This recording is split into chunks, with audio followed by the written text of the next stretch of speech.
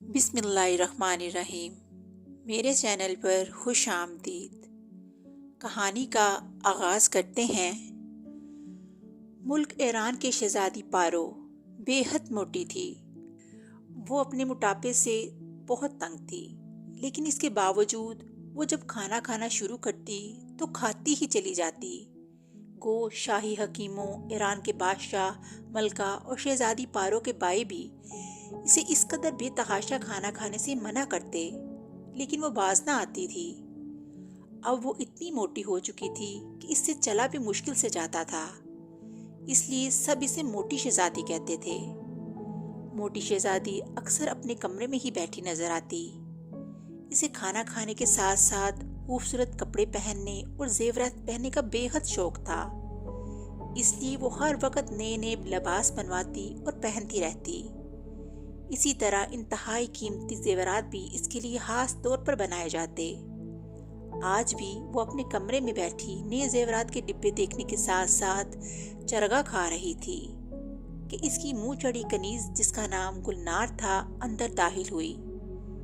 شہزادی حضور، آپ کو بادشاہ سلامت نے یاد فرمایا ہے، گلنار نے جھک کر سلام کرتے ہوئے کہا۔ کیوں؟ موٹی شہزادی نے چونک کر پوچھا۔ وہ آپ کی شادی کرنا چاہتے ہیں اور ایک شہزادے کو انہوں نے بلوا بھیجا ہے تاکہ آپ اسے دیکھ سکیں اور وہ آپ کو دیکھ سکے، گلنار کنیز نے ہنستے ہوئے کہا۔ مجھے نہیں کرنی شادی، اور پھر مجھ جیسی موٹی ختنی سے کون کرے گا شادی؟ تم جا کر بادشاہ سلامت کو کہہ دو کہ وہ اس شہزادے کو واپس بھیج دیں، موٹی شہزادی نے کہا۔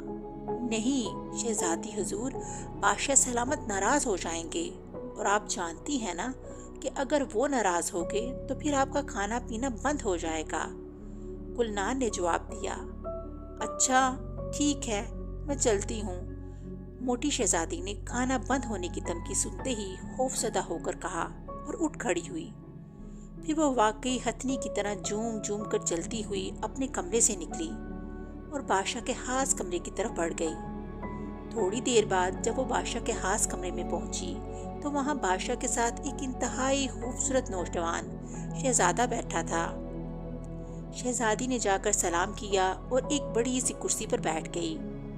شہزادی، ان سے ملو، یہ ملک ساسان کے شہزادے ارجمند ہیں، اور شہزادے ارجمند یہ میری بیٹی شہزادی پارو ہے۔ بادشاہ نے ان دونوں کا ایک دوسرے سے تعارف کرواتے ہوئے کہا۔ آپ سے مل کر بڑی خوشی ہوئی شہزادی صاحبہ، شہزادہ ارجمند نے شہزادی کی طرف دیکھ کر مسکراتے ہوئے کہا۔ ہمیں بھی آپ سے مل کر خوشی ہوئی، شہزادی نے جواب دیا۔ شہزادہ ارجمند، اب تم نے شہزادی کو دیکھ لیا ہے، اب تم بتاؤ، کیا تم شہزادی سے شادی کرنے کو تیار ہو؟ بادشاہ نے شہزادے سے مخاطب ہو کر کہا۔ یہ میری خوش قسمتی ہوگی بادشاہ سلامت کہ شہزادی پارو جیسی خوبصورت لڑکی میری بیوی بن جائے، شہزادے ارجمند نے سر جھکاتے ہوئے کہا۔ تو بادشاہ کے ساتھ ساتھ شہزادی پارو بھی چونک پڑی۔ اس کے چہرے پر شدید حیرت کے تاثرات ابھر آئے۔ سوچ لو، کہیں بعد میں تم اس کے موٹاپے کی وجہ سے اس سے نفرت نہ کرنے لگو، بادشاہ نے کہا۔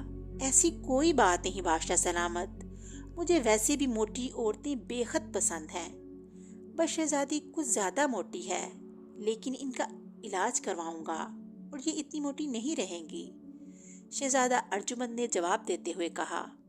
تو بادشاہ سلامت بے حد خوش ہوئے اور پھر اس نے شادی کی اجازت دے دی۔ چنانچہ چند روز بعد شہزادہ ارجمند اور شہزادی پارو کی شادی ہو گئی۔ شہزادی پارو بھی بے حد خوش تھی، کیونکہ شہزادہ ارجمند بے حد اچھا نوجوان تھا اور اس کو بے حد خوش رکھتا تھا۔ موٹی شہزادی کو چونکہ سیر کرنے کا بے حد شوق تھا، اس لیے شہزادہ ارجمند اسے ایک بڑی سی بگی میں بٹھا کر ارد گرد کے ملکوں اور شہروں کی خوب سیر کراتا۔ ایک بڑے حکیم سے اس نے شہزادی پارو کا علاج بھی کروایا تھا، جس کی وجہ سے شہزادی پارو کے موٹاپے میں کافی کمی ہو گئی تھی، اور اس کے ساتھ ہی اس کی کھانے کی بے تحاشا عادت بھی آہستہ آہستہ ختم ہو گئی تھی۔ اس لیے اب شہزادی بے حد خوش رہنے لگی تھی۔ اب وہ اتنی موٹی نہ رہی تھی جتنی موٹی پہلے تھی، لیکن اس کے باوجود بہرحال وہ مناسب حد تک موٹی تھی اور اسے اپنا یہ موٹاپا پسند تھا، اور شہزادے ارجمند کو بھی۔ شہزادہ ارجمند بھی اسے موٹی شہزادی کہہ کر پکارتا تھا اور اسے اپنا یہ لقب پسند آتا تھا۔ ایک روز وہ سیر کرتے ہوئے ایک ویران سے علاقے سے گزر رہے تھے کہ اچانک آسمان سے ایک بڑا سا پرندہ اڑتا ہوا آیا، اور اس نے جھپٹ کر شہزادے ارجمند کو اپنے بڑے سے پنجوں میں پکڑا اور اڑتا ہوا غائب ہو گیا۔ موٹی شہزادی چیختی رہ گئی، لیکن ظاہر ہے اس ویران سے علاقے میں اس کی کون سنتا۔ اچانک اس نے دور سے ایک گھڑ سوار کو آتے ہوئے دیکھا، تو اس نے چیخ چیخ کر اسے بلانا شروع کر لیا۔ گھڑ سوار اس کے قریب آیا تو اس نے دیکھا وہ انتہائی دبلا پتلا سا آدمی تھا، جس کی لمبی لمبی مونچھیں تھیں، سر پر بڑی سی پگڑی تھی، لیکن اس کی آنکھوں میں ذہانت نظر آ رہی تھی۔ اس کے کندھے سے ایک تھیلا لٹک رہا تھا۔ میرے شوہر کو بچاؤ، میرے شوہر کو بچاؤ، موٹی شہزادی نے کہا۔ تم کون ہو اور تمہارا شوہر کہاں ہے؟ اس دبلے پتلے آدمی نے موٹی شہزادی سے کہا۔ میں ملک ایران کی شہزادی ہوں، میرا نام شہزادی پارو ہے، لیکن سب مجھے موٹی شہزادی کہتے ہیں۔ میرا شوہر ملک ساسان کا شہزادہ ہے، جس کا نام شہزادہ ارجمند ہے۔ ہم بگی میں سیر کرتے ہوئے یہاں سے گزر رہے تھے کہ ایک بڑا سا پرندہ اڑتا ہوا آیا، اور اس نے بڑے بڑے پنجوں میں شہزادے ارجمند کو اٹھایا، پھر اڑتا ہوا غائب ہو گیا۔ تم ہماری مدد کرو، اللہ کے واسطے تم ہماری مدد کرو، موٹی شہزادی نے کہا۔ تم نے زیورات تو بہت قیمتی پہنے ہوئے ہیں اور شہزادی بھی ہو، اس کا مطلب ہے تمہارے پاس بہت دولت ہے۔ اس دبلے پتلے آدمی نے کہا، ہاں ہمارے پاس بے حد دولت ہے، لیکن یہاں نہیں، ہمارے محل میں ہے۔ لیکن تم کیوں پوچھ رہے ہو؟ میں کہہ رہی ہوں میرے شوہر کو بچاؤ، تمہیں دولت کی پڑی ہے، موٹی شہزادی نے ناراض ہوتے ہوئے کہا۔ میرا نام خواجہ عمرو ہے، میں سردار امیر حمزہ کا خاص درباری ہوں۔ میں ایک کام سے ملک ساسان ہی جا رہا تھا، بادشاہ ساسان سے ملنے، کہ تم نے مجھے بلا لیا۔ اگر تم وعدہ کرو کہ میں تمہارے شوہر کو رہا کرا لاؤں تو تم مجھے انعام دو گی، عمرو عیار نے کہا۔ او اچھا، تو تم عمرو عیار ہو، عیار زماں، اچھا اچھا، بادشاہ ساسان میرے سسر اور شہزادہ ارجمند کے والد ہیں، وہ تمہاری بہت تعریفیں کرتے ہیں۔ خواجہ عمرو، تم جتنا انعام مانگو گے میں تمہیں دوں گی۔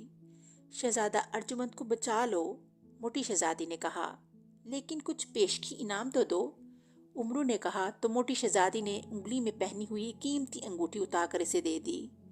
عمرو نے جلدی سے انگوٹھی لی اور اسے اپنے کندھے سے لٹکے ہوئے تھیلے میں ڈال لیا۔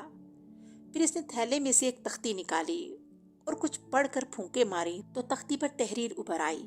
عمرو عیار اس تحریر کو پڑھتا رہا، پھر اس نے یہ تختی واپس اپنے تھیلے میں ڈال دی۔ شہزادی، یہاں سے قریب ایک جادوگر رہتا ہے، اس کا نام باشو جادوگر ہے۔ اس نے شہزادے کو اپنے جادو کے زور سے اس لیے اٹھایا ہے کہ وہ شہزادے کو زندہ جلا کر راکھ کرنا چاہتا ہے۔ وہ ہر سال آج کے دن ایک شہزادے کو جلا کر راکھ کر دیتا ہے اور پھر اس راکھ کو دریا میں بہا دیتا ہے۔ اس طرح اس کا جادو قائم رہتا ہے، عمرو نے کہا، اور موٹی شہزادی بے اختیار رونے لگی۔ تم فکر نہ کرو شہزادی، میرا نام عمرو عیار ہے، میں عیار زمانہ ہوں، شعلہ فشاں ہوں، موتے جادوگرہ ہوں۔ آؤ میرے ساتھ، پھر دیکھو کہ میں کس طرح شہزادے کو بچاتا ہوں اور کس طرح اس ظالم جادوگر کا خاتمہ کرتا ہوں، عمرو نے کہا۔ اور پھر اس نے اپنا گھوڑا بگی سے باندھا اور خود بگی پر سوار ہوا، اسے دوڑاتا ہوا آگے بڑھتا چلا گیا۔ کافی فاصلہ طے کرنے کے بعد انہیں ویران علاقے میں ایک بہت بڑا محل نظر آیا، تو عمرو نے اس محل کے قریب جا کر بگی چھوڑ دی۔ یہ لو چادر سلیمانی، اسے اوڑھ لو، اس طرح تم کسی کو نظر نہیں آؤ گی، جبکہ تم سب کو دیکھ سکو گی۔ میں چاہتا ہوں تم بھی اپنی آنکھوں سے دیکھو، عمرو نے کہا، اور اپنے تھیلے سے ایک چادر نکال کر اسے دے دی۔ شہزادی نے چادر اوڑھ لی اور پھر عمرو اسے ساتھ لیے محل میں داخل ہو گیا۔ ایک پہرے دار نے اسے روکا، جبکہ اس نے شہزادی کی طرف کوئی توجہ نہ دی۔ اس پر شہزادی سمجھ گئی کہ چادر سلیمانی کی وجہ سے پہرے دار اسے دیکھ نہیں سکا۔ جب امرو نے پہرے دار کو بتایا کہ وہ باشو جادوگر سے ملنے آیا ہے، تو چوکیدار نے اسے اپنے ساتھ لیا اور ایک بڑے سے کمرے میں داخل ہو گیا۔ شہزادی اندر داخل ہوئی تو حیرت سے بت سی بن گئی، کیونکہ اس نے دیکھا کہ اس شاہی کمرے میں ایک بہت بڑا پیالہ سا بنا ہوا ہے اور شہزادہ ارجمند اس پیالے کے اندر موجود تھا۔ اس کی گردن اور سر صرف اس پیالے سے باہر تھا، جبکہ اس کا باقی جسم کا حصہ پیالے کے اندر تھا۔ اس کے پیچھے ایک جادوگر کھڑا تھا۔ اس نے سیاہ لباس پہن رکھا تھا اور ہاتھ میں ایک جلتی ہوئی مشعل تھی۔ وہ منتر پڑھ رہا تھا۔ امرو نے ہونٹوں پر انگلی رکھ دی اور خاموش رہنے کو کہا، اور خود اس نے اپنے تھیلے سے وہی تختی داؤدی نکالی، اس پر پھونک ماری۔ تختی پر تحریر ابھری جسے امرو نے پڑھا اور پھر تختی کو واپس اپنے تھیلے میں رکھ دیا۔ اس نے شہزادی کو وہیں رکنے کا اشارہ کیا اور خود تیزی سے دروازہ کھول کر باہر نکل گیا۔ شہزادی خاموش کھڑی رہی۔ وہ جادوگر، جو یقیناً باشو جادوگر تھا، مسلسل منتر پڑھتا جا رہا تھا۔ شہزادہ ارجمند کی آنکھیں بند تھیں۔ شہزادی نے جب شہزادے ارجمند کو پکارنے کی کوشش کی تو اسے محسوس ہوا کہ وہ نہ بول سکتی ہے اور نہ حرکت کر سکتی ہے۔ اس کا مطلب تھا کہ اس کمرے میں جادو کا اثر ہے اور اس پر بھی جادو نے اثر کر دیا ہے، لیکن چادر سلیمانی کی وجہ سے وہ باشو جادوگر کو نظر نہیں آ رہی۔ اس لیے باشو جادوگر اپنے کام میں لگا ہوا تھا۔ کافی دیر گزر گئی، لیکن باشو جادوگر پڑھتا جا رہا تھا، جبکہ امرو واپس نہ آیا تھا۔ اچانک باشو جادوگر نے زور سے نعرہ مارا اور ہاتھ میں پکڑی ہوئی مشعل کا رخ اس نے پیالے کی طرف کیا تو شہزادے ارجمند کے دونوں طرف آگ کے شعلے ابھرنے لگے اور دیکھتے ہی دیکھتے یہ شعلے بلند ہو کر چھت کی طرف بڑھنے لگے۔ یہ دیکھ کر شہزادی کی حالت خراب ہونے لگی۔ وہ اپنے شوہر کو اس حالت میں نہیں دیکھ پا رہی تھی۔ اچانک دروازہ کھلنے کی آواز آئی تو اسے کچھ حوصلہ ہوا، کیونکہ امرو عیار اندر آ رہا تھا اور اس کے ہاتھ میں ایک خنجر تھا۔ وہ دبے قدموں سے آگے بڑھتا ہوا چلا آ رہا تھا اور جادوگر کے سر پر آ کر کھڑا ہو گیا۔ رک جاؤ، امرو نے چیختے ہوئے کہا تو باشو جادوگر بجلی کسی تیزی سے اچھل پڑا۔ اسی لمحے امرو نے انتہائی پھرتی سے ہاتھ میں پکڑا ہوا خنجر باشو جادوگر کے سینے میں اتار دیا۔ باشو جادوگر چیخ کر نیچے گرا اور تڑپنے لگا۔ چند لمحوں بعد ہی وہ ہلاک ہو گیا۔ اس کے ہلاک ہوتے ہی ہر طرف دھواں سا چھا گیا۔ پھر باشو جادوگر کی روتی ہوئی آواز سنائی دی۔ وہ کہہ رہا تھا، میرا نام باشو جادوگر تھا، مجھے غفلت میں رکھ کر چپکلی کے ہون والے خنجر سے مارا گیا۔ پھر دھواں ختم ہو گیا تو شہزادی نے دیکھا وہاں نہ کوئی محل تھا نہ وہ جادوگر، جبکہ ان کی بگھی اور امرو عیار کا گھوڑا اسی طرح کھڑا تھا۔ شہزادہ ارجمند بھی کھڑا حیرت سے ادھر ادھر دیکھ رہا تھا اور امرو بھی موجود تھا۔ موٹی شہزادی نے چادر سلیمانی اتار دی تو شہزادہ ارجمند اسے دیکھ کر حیران رہ گیا۔ جب موٹی شہزادی نے اسے امرو عیار سے ملایا اور ساری بات بتائی تو شہزادہ ارجمند بے حد خوش ہوا۔